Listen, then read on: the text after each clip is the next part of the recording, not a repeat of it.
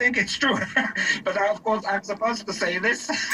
His new book is called Kraftwerk, Future Music from Germany. And yes, he Kraftwerk argues the on band helped bring about the rise of NPR. hip-hop and electronic dance music. And theirs was an unlikely success. Their U.S. breakthrough was a Pretty good. 22-minute electronic ode to driving called Autobahn.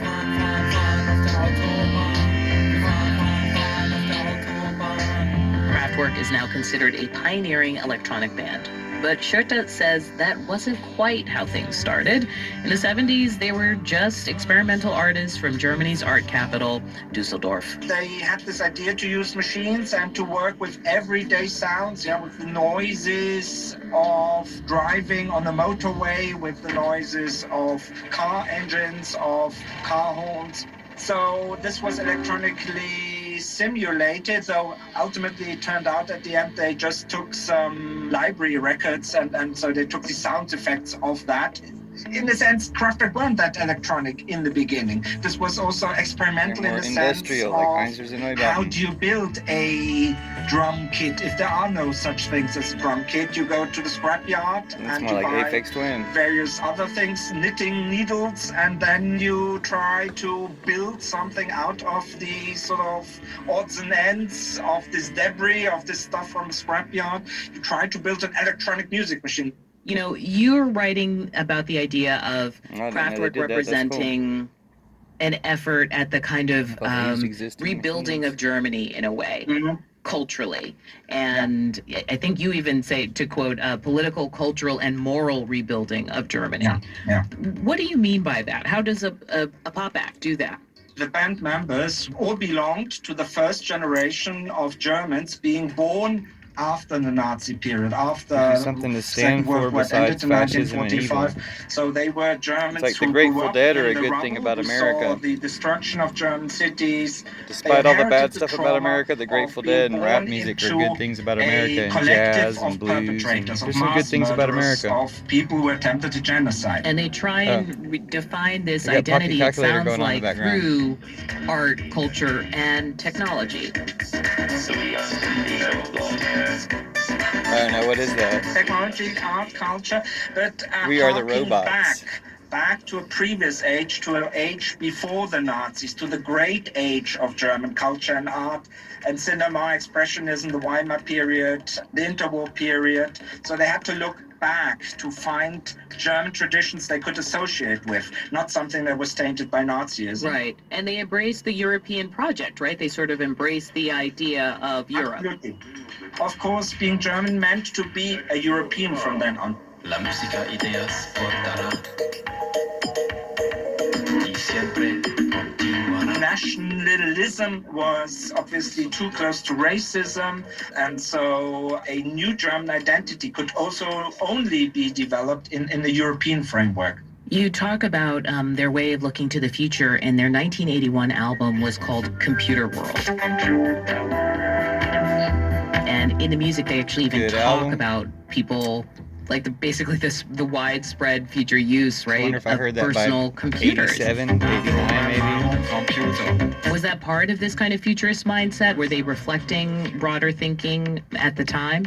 Yes, but broader thinking at the time in the German context, in, for example, the use of computers by the equivalent of the FBI in Germany to track down left-wing terrorists. As it happens, Düsseldorf was also home to the headquarters of IBM. So they arranged a meeting, or a factory visit, at IBM headquarters to try to find out about these new machines that were coming up on the market. Interestingly, Computer World is an album made 95% devoid of computers. It's all analog, only the vocals. There was some electronic or digital treatment to them. But Computer World, as prophetic as it turned out to be, is still an analog record.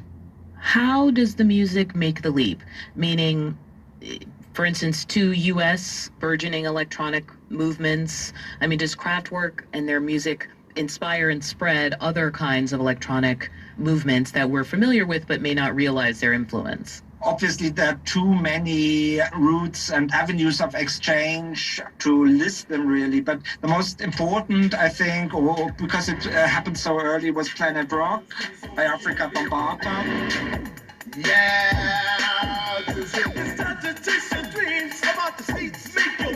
Where you can clearly hear the two Kraftwerk samples, Numbers being one of them, and the others, the melody from Trans-Europa Express. Trans-Europe Express. There's a song for you right there.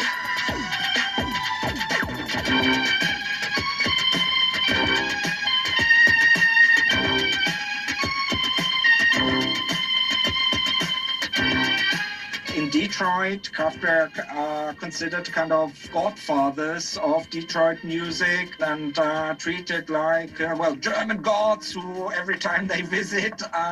It's funny because the music is still sampled, right? Like Frank Ocean, Dr. Dre. I've been surprised at the artists who reach for those albums in particular. Yeah. Because it doesn't seem like a natural point of reference. Right. It's true. I mean, the big discussion, of course, is would techno have emerged without Kraftwerk? And that's in a way also a silly discussion because, yes, of course it would, but maybe would have sounded differently because Kraftwerk were the first to kind of realize this, to put it to tape, if you like. But of course, these ideas float around, and it's the times that produce these ideas. Particularly the influence on Detroit techno music, which is so close, demonstrates that you cannot really and should not really consider music in terms of national constraints or national definitions. Right, but you're saying that there's a kind of cross-pollination that was happening. So we don't really know, but the point is that Kraftwerk demonstrates that music is international.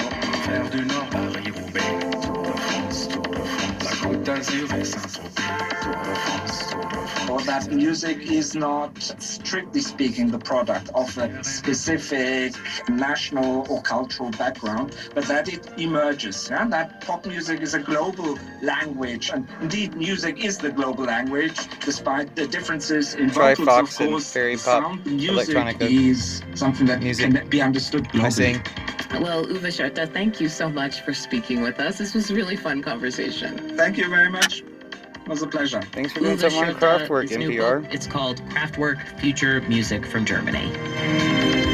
Oh yeah, Fox and his future music like Wild Stallions. Except we don't sound like Wild Stallions. Musically, we're not like Wild Stallions. All Things Considered. But we're like Wild Stallions in saving the world in the future. Support for NPR comes from this